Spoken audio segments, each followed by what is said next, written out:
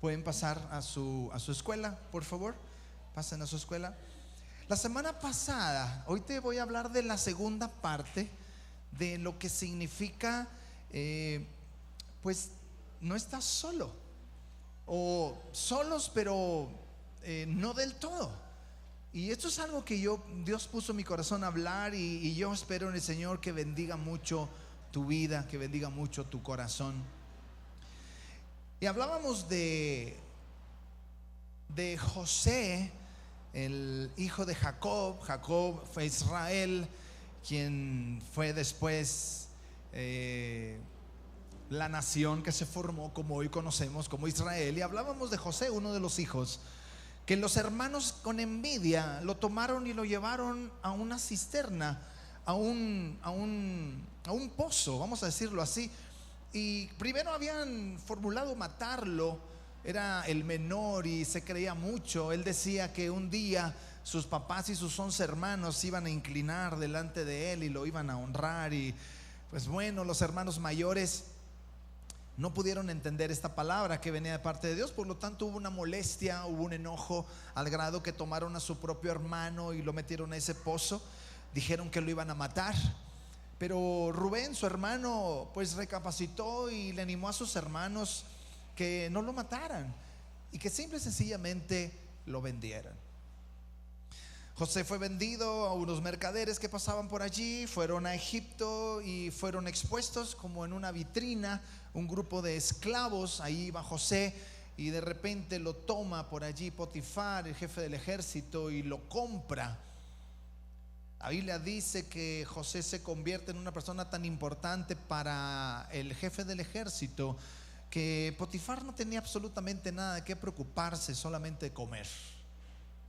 Pero en la historia cuenta que la esposa de Potifar trata de ultrajar a José, de ponerle un traspié para que se acostara con ella. Pero José se mantuvo en integridad, al grado que la mujer fue despechada. Y pues dura cosa es caer en manos de una mujer despechada, ¿verdad?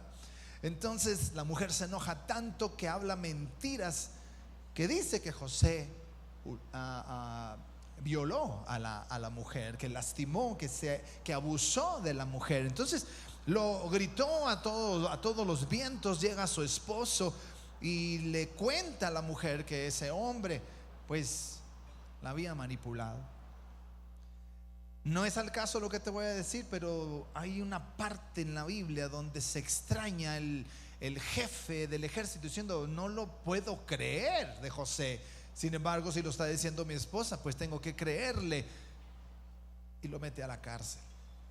La historia continúa diciendo que José, ya ahora puesto en la cárcel, se convierte en el segundo más importante del jefe de los carceleros. Al grado que el jefe de los carceleros no tenía absolutamente nada de qué preocuparse y podía dejar a José a cargo de toda la cárcel, siendo también un reo. La Biblia habla en la historia que José sigue creciendo en esa parte, pero alguien por allí escucha que el rey, el faraón, tiene un sueño y aún sus adivinos no pudieron interpretar el sueño. Entonces por allí había salido antes un panadero que había dicho que le había interpretado ese sueño ahí en la cárcel, y se acordó y le dijo: ahí hay un hombre en la cárcel que te puede interpretar el sueño. Y le dijo: tráiganmelo. Y José fue traído ante Faraón. Faraón le cuenta el sueño y José se lo interpreta, al grado que José se convirtió en el administrador y en el jefe de seguridad número 1 de Faraón, de toda la nación de Egipto.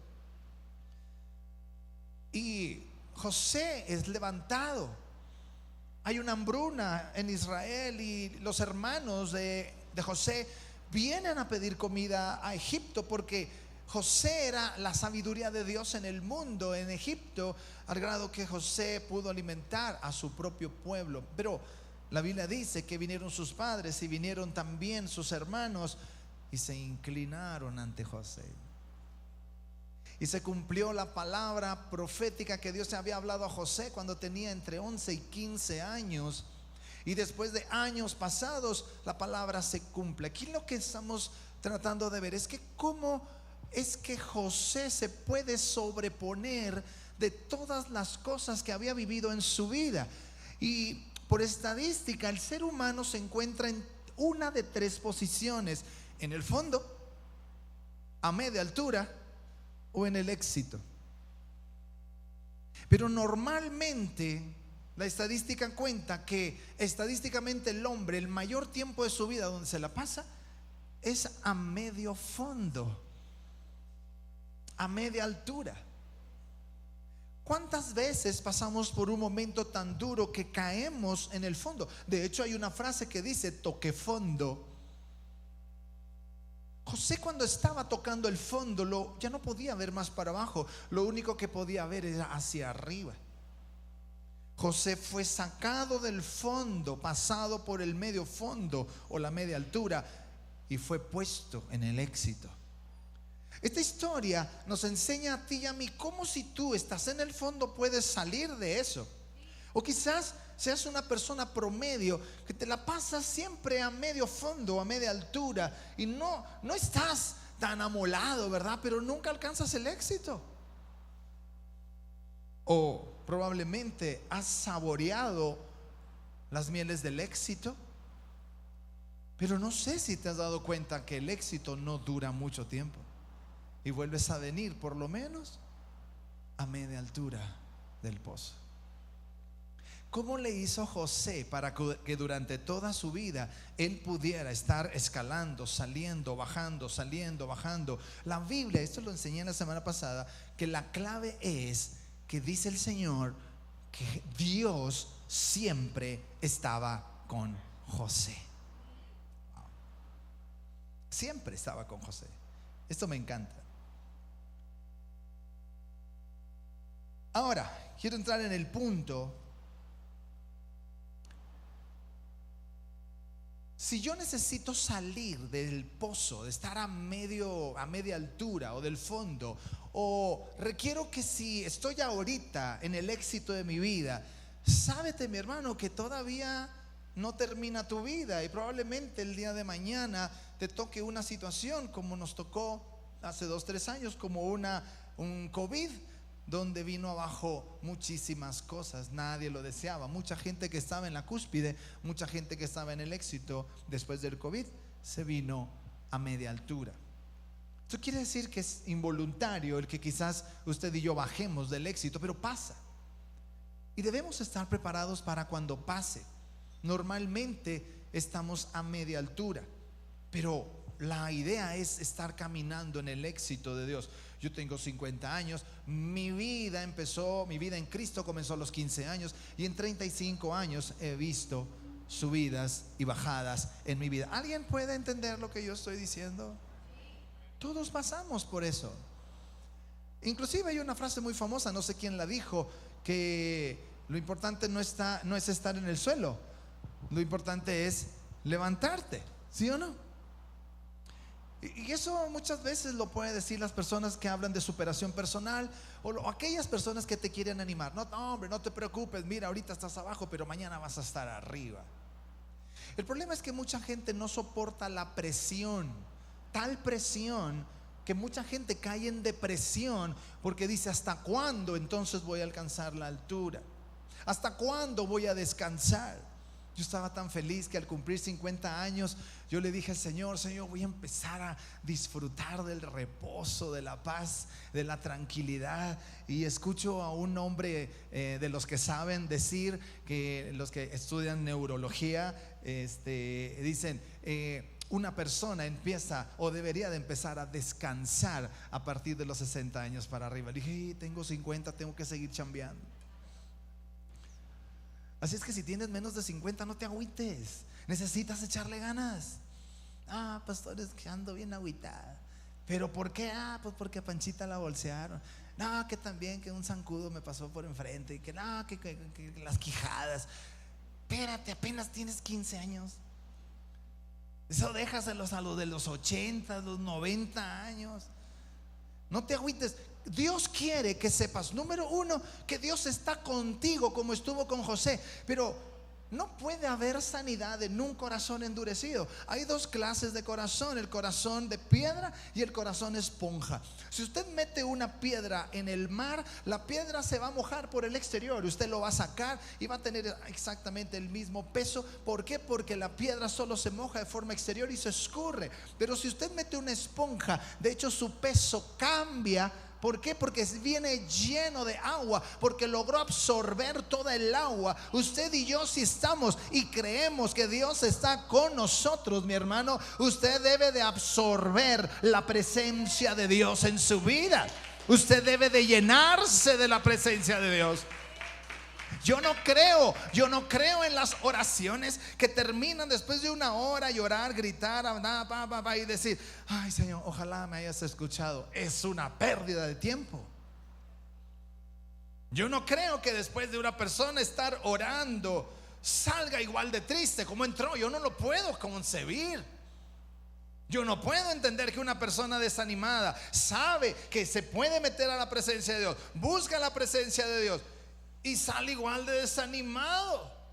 Si hay algo que le encanta a mi esposa, es verme después de la oración. Porque antes de que me vea que estoy orando, estoy con una amargura de que qué bárbaro, no levante su mano. Pero me meto en oración y salgo con el rostro resplandeciente porque ya Dios ya me regañó, porque ya Dios ya me habló.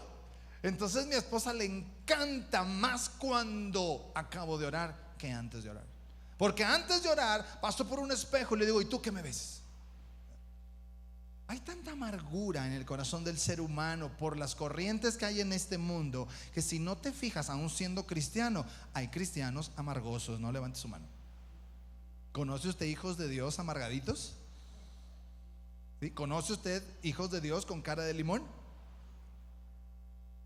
¿Qué tiene, hermano? Nada. Aquí en el gozo del Señor. Le digo: pues avísale a tu cara. Avísale. A ver, voltea con el que está a un lado tú y sonríele. Sonríele, Janet, sonríeme, Janet. Eso, mija, muy bien. Yo no puedo creer que una persona que entra a la presencia de Dios y sale igual, entonces es una piedra. Pero cuando una persona entra a la presencia de Dios y sale transformado, con un buen ánimo, diciendo: ahora sí, diablo, vente. Ahora sí, mundo, lo que quieras conmigo te las vas a ver con Dios. Esa es una esponja. El que se mete a la presencia de Dios como una esponja es alguien que recibe sanidad. No, mi hermano, no venga a la iglesia si usted es una piedra endurecida. ¿Sabe por qué? Porque lo único que va a venir a hacer aquí es a dejar su ofrenda. Si bien nos va. Si no, hasta su ofrenda se la va a llevar también. Pero si usted viene como una esponja, usted va a decir: Señor, yo recibo de ti. Yo voy a salir diferente a como entré en este lugar. ¿Cuántos quieren salir diferentes? Amén. Así es que deje el orgullo a un lado. ¿Cómo le hacemos? ¿Cómo le hacemos para poder salir adelante? Y te voy a dar estos consejos rápidamente. Número 1, este es el consejo. Llévatelo, por favor, mi hermano, por la misma ofrenda que vas a dar. Llévatelo solo, pero no del todo. Aunque te encuentres en una situación crítica de tu vida, en el fondo o a media altura, número 1, reclama la cercanía de Dios. Ahí está. Llévese eso en su corazón. Hebreos capítulo 13 verso 5 dice algo interesante. Dice: nunca los dejaré, jamás los abandonaré. En el original griego dice eso. Dice 5 cosas importantes. Habla de 5 negativas que el Dios no va a hacer. Dice: no te dejaré, no lo haré, ni te abandonaré. No. Si traducimos el versículo de Hebreos 13:5 textual como está en el griego, dice eso. Dice eso: no, coma, no te dejaré, punto y coma, no lo haré, punto y coma, ni te abandonaré, coma, no. En el original griego nos está diciendo el Señor 5 veces: si tú estás en el fondo o a media altura, o sientes que el éxito que tuviste ya no lo tienes y bajaste a media altura, el Señor te dice: no, nunca te dejaré, no lo haré, ni te abandonaré. No importa la posición en la que te encuentres hoy en tu vida, si eres alguien que puedes reclamar la cercanía de Dios, vas a tener un buen ánimo. Si tú te metes en oración, reclama y dile al Señor y repítelo una y otra vez: tú dijiste, Dios, que no me ibas a dejar. Tengo un problema de salud, pero tú dijiste que no me ibas a dejar. Tengo un problema económico, pero tú dijiste que no me ibas a dejar. Tengo una situación en mi matrimonio, pero tú dijiste. Pero tengo un problema de drogas con uno de mis hijos, pero tú me dijiste que no me vas a dejar. Esto es importante. Reclama la cercanía de Dios, porque una persona que no siente la cercanía de Dios y no entiende lo que tiene que hacer, que te lo voy a explicar en un momento, es una persona que puede caer en un problema de amargura en su corazón. Yo te voy a hacer una pregunta muy simple y creo que me la vas a responder casi sin pensar. Te pregunto: ¿de qué depende tu vida? Dígalo otra vez: ¿de qué depende tu vida? Dígalo otra vez: ¿de qué depende tu vida? Entonces, ¿por qué te fijas en la persona que está a un lado tuyo?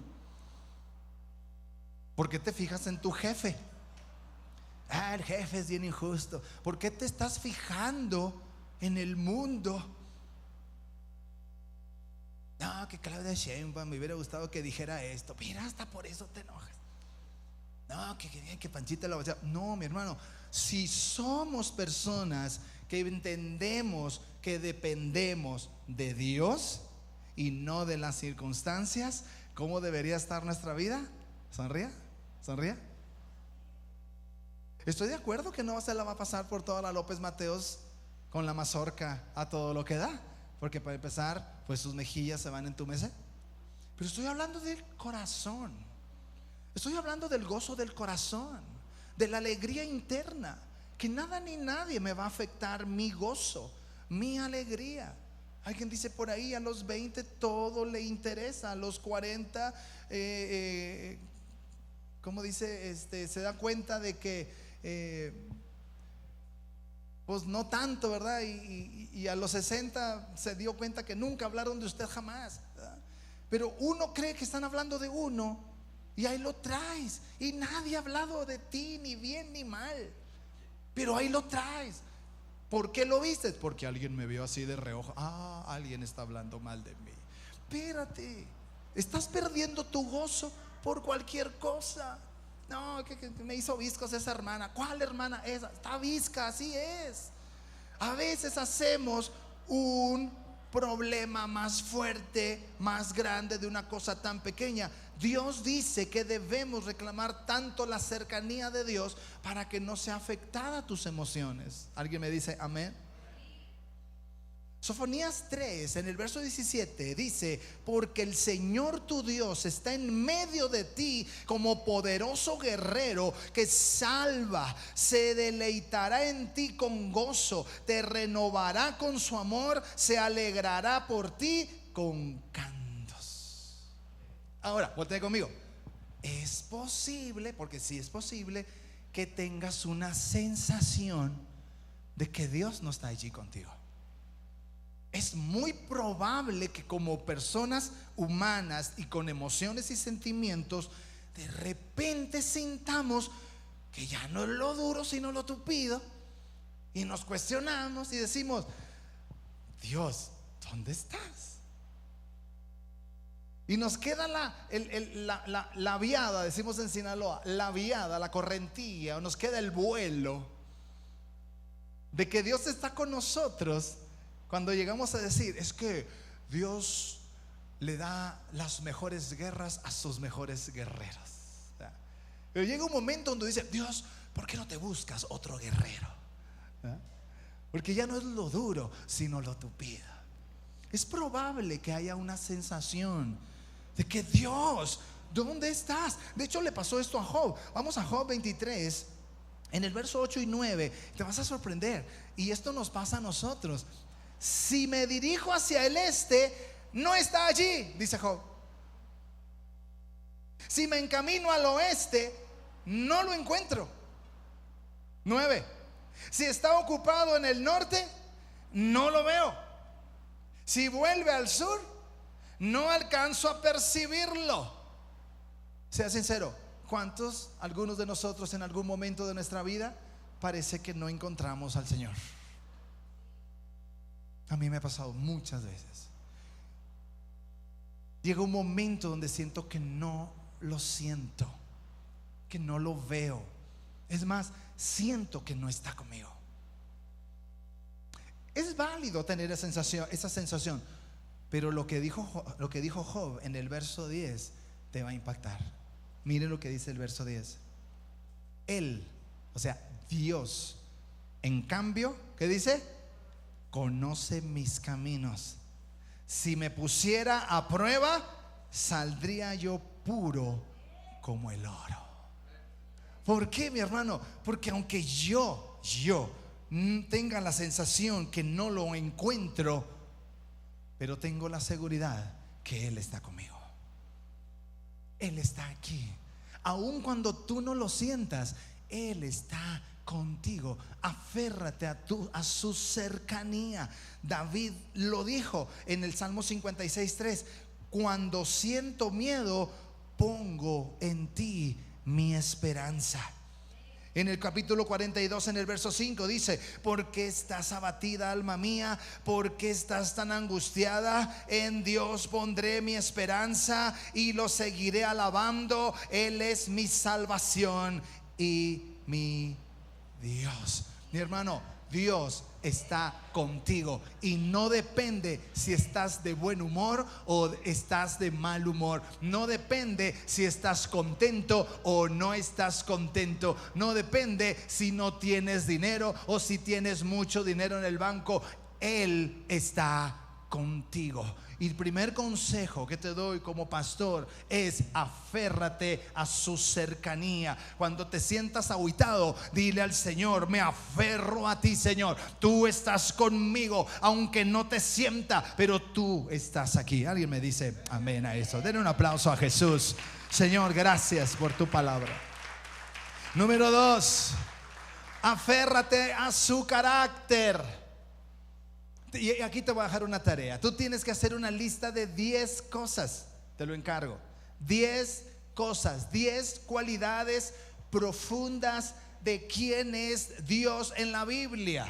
Yo las apunté. Él es soberano, y yo estoy hablando de mi lista. Él es soberano, Él es sabio, Él es poderoso, Él sabe cómo me llamo. Jesús sigue salvando vidas. La tumba es morada temporal. Dios todo lo usa para su gloria. Dios es fiel. Dios produce fruto en medio de la aflicción. El Señor los problemas los torna en bendición, etcétera, etcétera, etcétera, etcétera, etcétera. Usted necesita aferrarse al carácter de Dios, porque usted lo va a necesitar en el momento que esté en el fondo o en el momento que usted se encuentre a media altura. No se agüite, no se amargue. Aférrese que Dios está con usted y aférrese al carácter de Cristo, que Él dijo que Él es Dios todopoderoso contigo, y de donde tú estás Dios te va a sacar, porque Dios está allí. Ese fue el éxito de José. Ese fue el éxito de José. Te voy a decir algo que es necesario. Va a llegar un día en que alguien te va a decir: te tengo una noticia muy fuerte que darte. Yo no supe si mi esposa escuchó o mis hijos escucharon, pero yo ya no tenía otra forma de decirlo. Estaba predicando y recibo una llamada a mi teléfono. Estábamos en un punto entre la alabanza y la prédica. Atiendo la llamada y era mi suegro, diciéndome que mi suegra había partido en domingo. Y resulta ser que empecé a predicar, y en mi historia como pastor es la predicación más pequeña que he tenido en toda mi vida. 5 minutos. Yo ya no había qué decir. Yo lo único que quería era hablar con mi esposa. Y lo único que Dios me habló y me dijo: junta todo tu equipo de liderazgo y da la noticia. Mi esposa no sabía absolutamente nada, pero no había otra manera, ¿cómo decirlo? Ni modo que vamos a terminar la reunión y vamos a comer y después ya en la tarde en una calma con un café te digo. No, tenía que decir, porque yo tenía que correr a Monclova, a Coahuila. Y delante de todos le digo: equipo, y volteo con mi esposa y le digo: amor, tu mami acaba de partir con el Señor.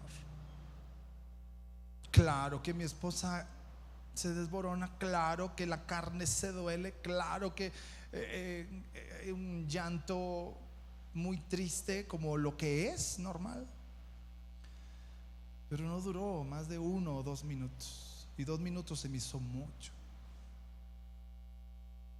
Y yo pude ver todo lo que mi esposa había aprendido como hija de Dios, que en ese momento se toma de la presencia de Dios y se aferra al carácter de Cristo.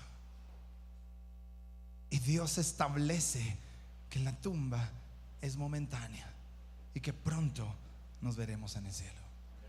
Y mi esposa se toma de otra palabra, se toma de la paz de Dios, se toma de la fidelidad de Dios, se toma de la gratitud de Dios. ¿Cuántas veces recibimos una noticia tan fuerte? Una persona que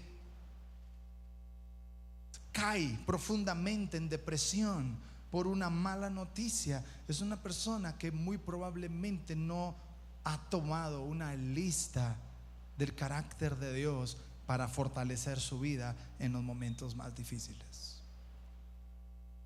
¿Está conmigo?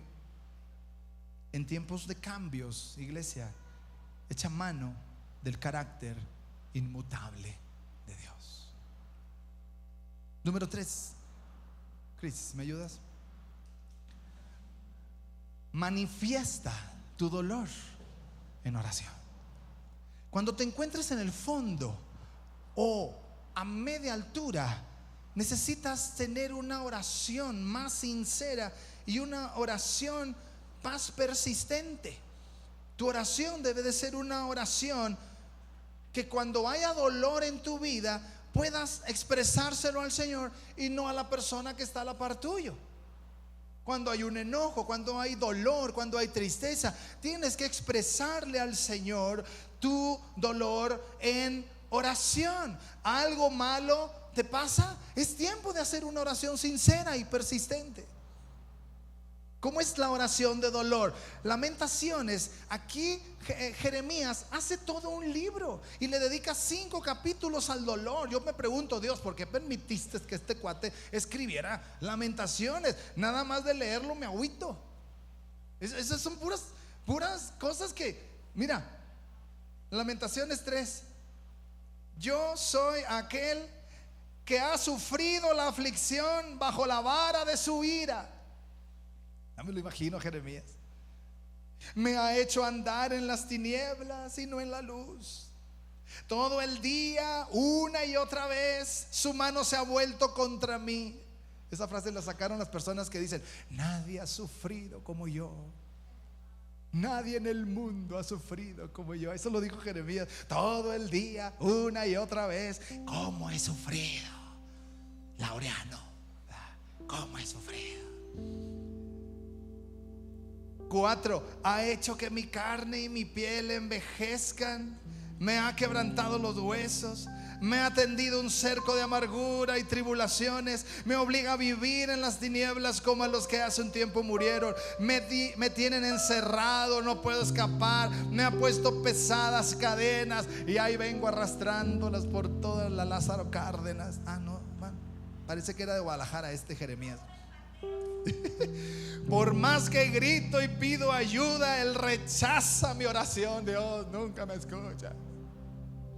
Cerró mi camino con bloques de piedra, ha torcido mis senderos. Te voy a decir algo: no es malo una oración dolorosa. Y te voy a decir por qué. Porque Jesús lo hizo. En Hebreos 5, en el verso 7 dice: en los días de su vida mortal, Jesús ofreció oraciones y súplicas con fuerte clamor y lágrimas. ¿Cómo era la oración de Jesús? Con fuerte clamor y lágrimas.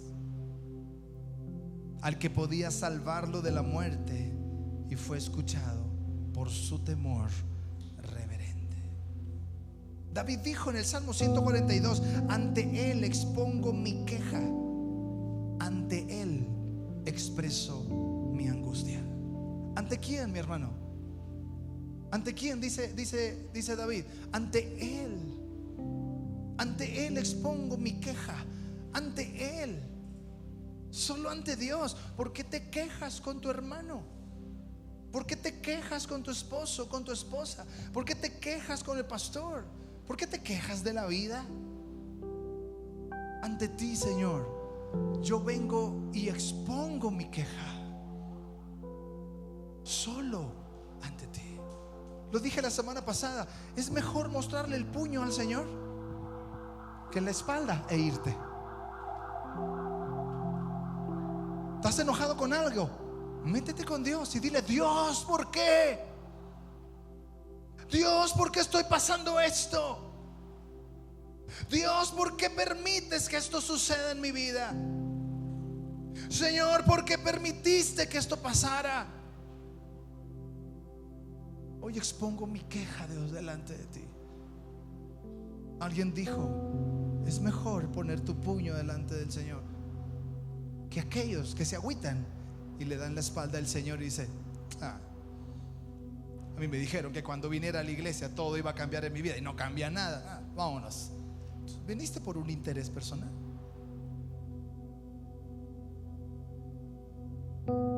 Dijo alguien: cuán hundidos en lo profundo están aquellos que no claman por salir.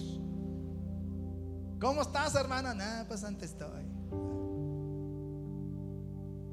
¿Pero por qué? Pues la semana pasada te vi muy bien. Sí, pero esta semana me fue como en feria. ¿Y luego qué vas a hacer? No, pues ya ni sé. Yo creo que no, ya no quiero nada. Cuán hundidos en lo profundo están aquellos que no claman por salir. Porque si hay dolor y tú clamaras al Señor, el Señor te va a sacar del pozo y te va a poner en el éxito.